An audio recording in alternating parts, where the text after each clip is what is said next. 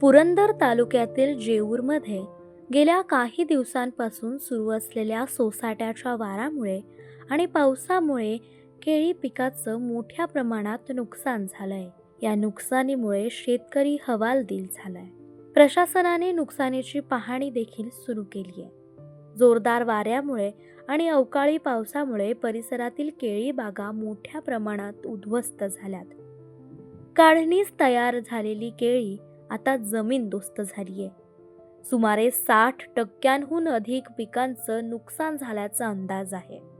आज आपल्या जेऊर गावामध्ये 2 दिवसापूर्वी वादळामुळं केळीच्या बागांचं नुकसान झालेलं आहे. त्याच्या नुकसानीचा पाणी दावरा खरं तर आम्ही सर्वजण शासकीय कर्मचारी, मी आणि येथील शेतकरी, जेऊर गावातील शेतकरी व ग्रामस्थ करत होतो.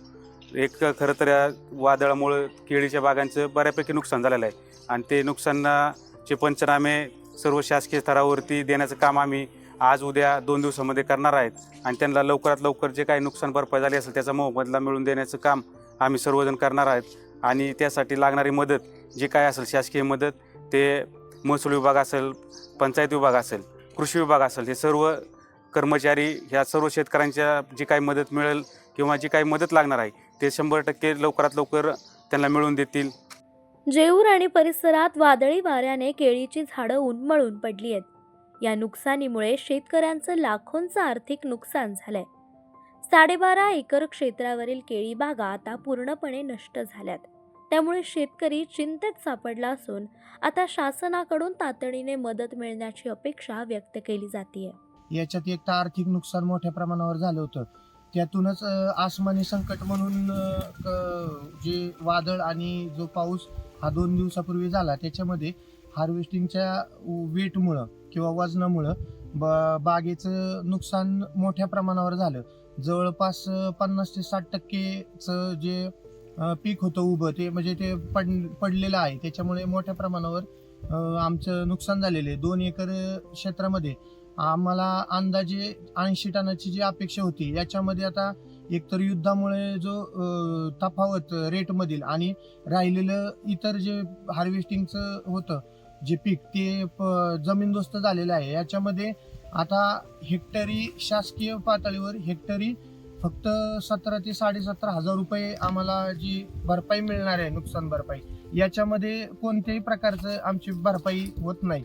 परंतु हेच जर आमचं जर पीक आणि जे केळी आहे किंवा पपई आहे, हे फळबागांमध्ये गणले जात नाहीत. या त्रुटीमुळे फळबाग न गणल्यामुळे याच्या नुकसान भरपाई मिळण्यामध्ये फार प्रमाणात तूट दिसते. तर मी शासकीय पातळीवर आज पंचायत समिती सभापती अमितजी झेंडे साहेब, त्याचप्रमाणे त्यांचा महसूल असेल, कृषी विभाग असेल, त्याचप्रमाणे शासकीय जे इतर सर्व ज्या समित्या होत्या किंवा जे विभाग होते, त्यांनी आज येऊन स्थळ पाहणी, पंचनामा, सर्व गोष्टी केलेल्या आहेत. परंतु मी आज आपल्या पत्रकार बंधूंच्या माध्यमातून सांगू इच्छितो की शेतकऱ्यावर ज्याप्रमाणे आर्थिक संकट ओढावले, त्याचप्रमाणे आसमानी सुद्धा संकट एकाच वेळी दोन्ही याच्यामधून शेतकरी एकतर हवामानातील बदल असतील, बाकी इतर गोष्टी असतील, याच्याशी जो संघर्ष करत असतो, त्यातून अजून आर्थिक अडचणीत गेलेला आहे. यामधून केलेलं जे भांडवल घातलं होतं शेतीसाठी, ते सुद्धा आज निघणार नाही. अशी परिस्थिती असताना शासनाने सर्व पातळीवर त्यांच्या माहिती घेऊन किंवा त्यांचा सर्वे करून शेतकऱ्यांना जास्तीत जास्त कशी नुकसान भरपाई देता येईल यासाठी प्रयत्न करावे, हे मी शेतकरी बांधवांच्या वतीनं विनंती करतो.